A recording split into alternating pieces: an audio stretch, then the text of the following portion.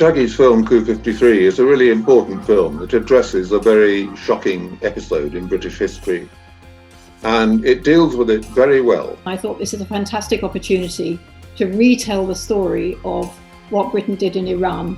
So I handed him all my research files. These look like actual working copies of transcripts, interview transcripts. When I saw Coup 53, I was completely shocked because the clear inference that we had filmed Norman Derbyshire, and that not only had we filmed him, but we had removed the film from our final programme under government pressure, and that I was lying when I spoke to Taggy Amirani in 2018.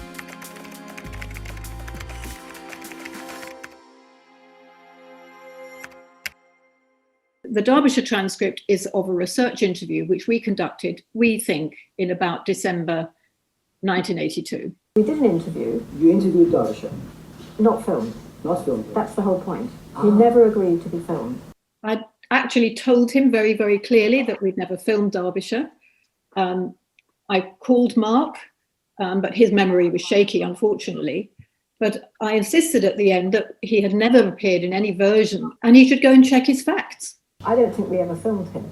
And you haven't seen any rushes in there either. We pointed this out to him, and for some reason, he decided that he'd go ahead with what he kept calling the lost footage, the lost interview. Where is this lost interview? As though he was Sherlock Holmes chasing some elusive bit of super drama. Even if you got to an MI6 officer and got them to talk, they were always under threat. The typical threat was, I will lose my pension if I talk to you. MI6 officers did not go on camera, ever. Why did they select bits of interview from him, cut it out, paste it into a script, probably edit it into the film, but he didn't make the final cut. He's not in the finished film. It's meant to be a documentary telling the truth, and he lets this whole long process run and run for the best part of the first hour of his 2-hour film. As soon as we saw the film, we contacted Taggy to say, look, you've included a huge number of errors. There is no evidence of us having filmed Derbyshire. And we sent him a big document with a whole sheaf of evidence and documents as to why this was wrong. And we asked him to correct the film. When I did see it, I just said, to quote, this is fucking bullshit. Because it is. It's built on a castle of sand. It just collapses because the central idea is false. There was never an attempt to cover up Derbyshire's role, certainly not by me. I did it 20 years ago.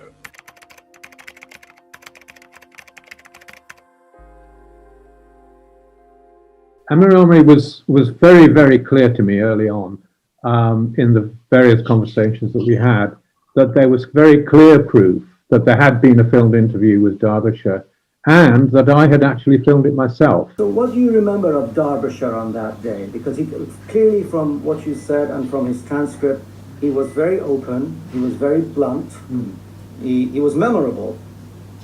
I got the impression that he was somebody who felt that there were things to be said that hadn't been said. Later on, I realized this was impossible when I began to go through what had happened with the end of Empire Team. So I wrote to Taggy that I realized that I couldn't swear on the Bible that I had actually been present at a filmed interview with Derbyshire. I got no reply to that. They refused to make any cuts, including of the cameraman, who had by then retracted his whole testimony because he realized that he'd got in a muddle. More recently, much more recently, I wrote to him saying that I was very disappointed that my statement was still in the film, and I was very concerned that it was still in the film because it was, in fact, untrue.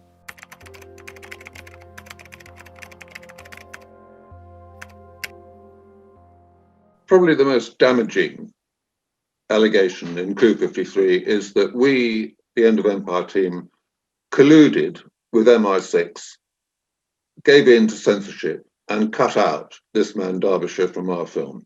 Derbyshire asked to be taken out of the whole thing, you know. Both Mark and Alison told me about it. Told me about it. You think Derbyshire asked to be taken out because? Because the British government had not allowed him to do it. Well, of course, that didn't happen because we never filmed the man, therefore he couldn't be cut out. A key person was Stephen Dorril. I'm on my way to see Stephen Dorril, the writer of the book MI6. Dorril appears in the film, appearing to back up the idea that we filmed him, and therefore it was quite likely that he had to be cut out due to pressure from MI6. I've got the cover letter somewhere. I'd love to see that. And how did Nigel Hawkes get hold of this? He didn't tell me, but I think it was from the filmmakers themselves. It's very clear I was misled about the actual transcript. The director knew that I had it, knew that I'd used it for a long time. What he did not tell me was that he already had one from 2014. But he also misled me by saying that the interview had actually been filmed, that there was actual film of Norman Derbyshire. So my comments were totally based on that, which was misleading.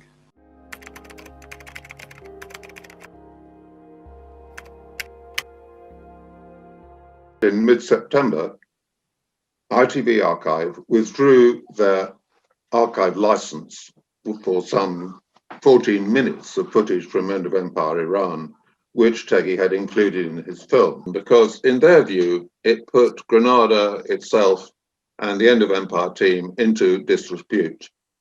Now, this was their decision. We knew nothing about it. We didn't even know that this was an issue at all.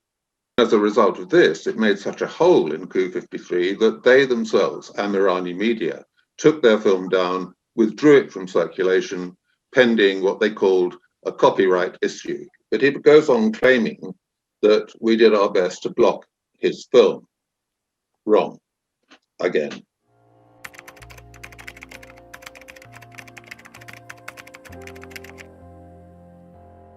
So the film has been re-released, and it includes a right to reply from us where we categorically assert that we never filmed Derbyshire and that we certainly didn't collude with any government pressure. The trouble was that these small amendments actually did not in any way address any of our major concerns. The impression remains that we are being dishonest and that we are covering up some form of government censorship.